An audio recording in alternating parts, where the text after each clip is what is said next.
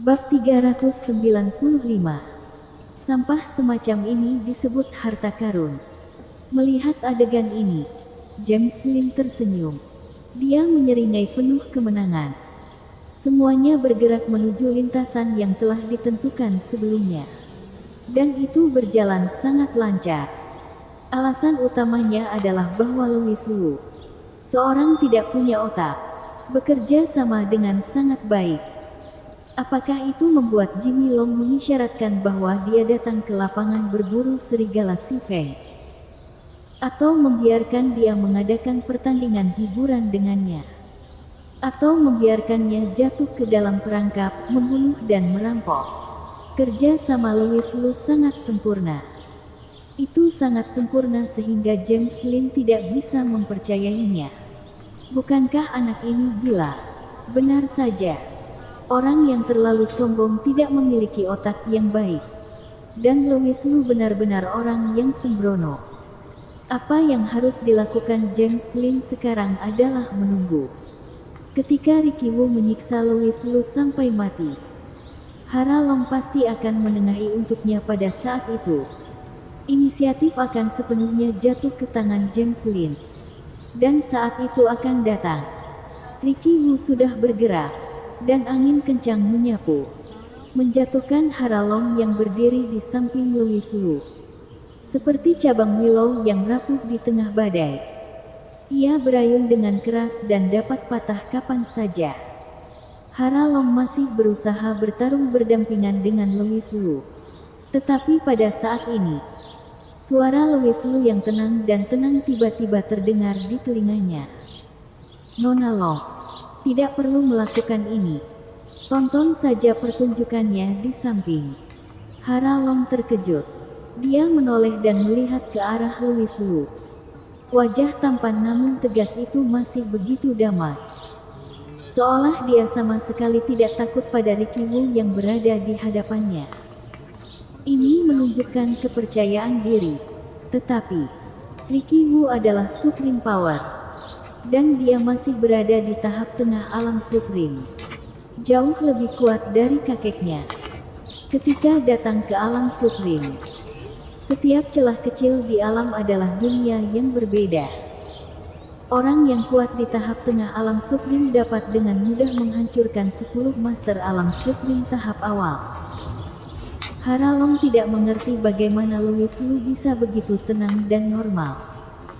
Tapi pikirkan baik-baik. Sepertinya sejak ia bertemu Louis Liu, ia belum pernah melihatnya menunjukkan ekspresi panik. Terakhir kali ia bertemu dengan alam Supreme di rumah Long, Louis Liu tidak menunjukkan rasa takut sama sekali. Mungkinkah Tuan Liu? Kartu apa lagi yang ada? Sebuah ide berani tiba-tiba muncul di hati Hara Long.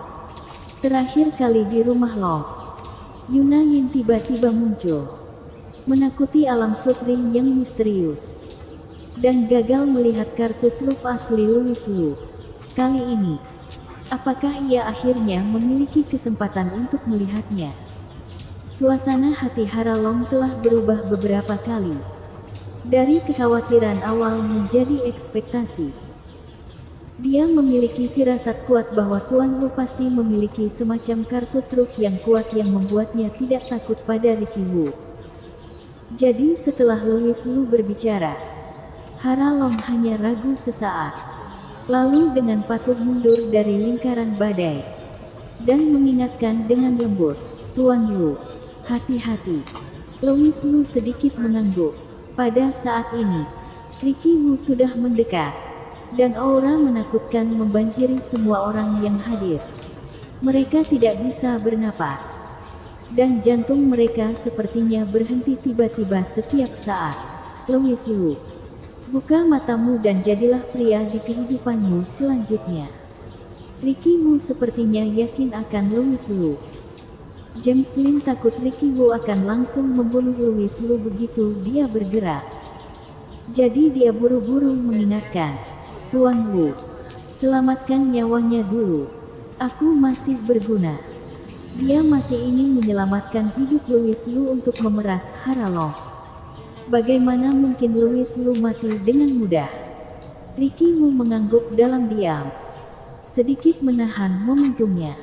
Merasakan perubahan aura Ricky Wu, Louis Lu mengungkapkan senyum lucu di sudut mulutnya. Orang tua ini sangat percaya diri. Karena kamu sangat membenciku, aku akan menunjukkan kepadamu hari ini apa yang sebenarnya mendominasi. Dengan satu tangan, Louis Lu mengeluarkan pisau hanyu yang disisipkan secara miring di tanah, menyelipkan jarinya ke pisau Senhan, dan berkata sambil mencibir, "Sungguh konyol bahwa sampah semacam ini bisa disebut harta karun olehmu." Suara itu jatuh. Louis Lu menjentikkan jarinya, dan kemudian mendengar suara berderak, dan melihat pisau hanyu yang dianggap James Lin sebagai harta karun mulai pecah sedikit demi sedikit dari gagangnya, dan retakan mencapai ujung pisau. "Sampah seperti ini juga layak membiarkanku membunuh dan merampok," teriak Louis Lu, dan mengayunkan pisau hanyu yang retak ke samping dengan agresif. Segera, bilah yang tak terhitung jumlahnya hancur dan menusuk ke dalam tanah, hanya menyisakan pegangan bobrok yang tertancap di tanah. Pisau hanyu adalah sampah. Semuanya terbelalak. Mereka tidak bisa bereaksi sama sekali untuk sementara waktu. Hal yang sama berlaku untuk Ricky Wu. Basis kultivasinya berada di tahap tengah alam supreme, dan dia sangat kuat, tetapi tidak mungkin menghancurkan pisau hanyu dengan mudah.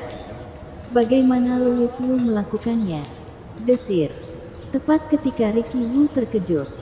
Dalam sekejap, sosok yang begitu cepat hingga ekstrim datang kepadanya dalam sekejap.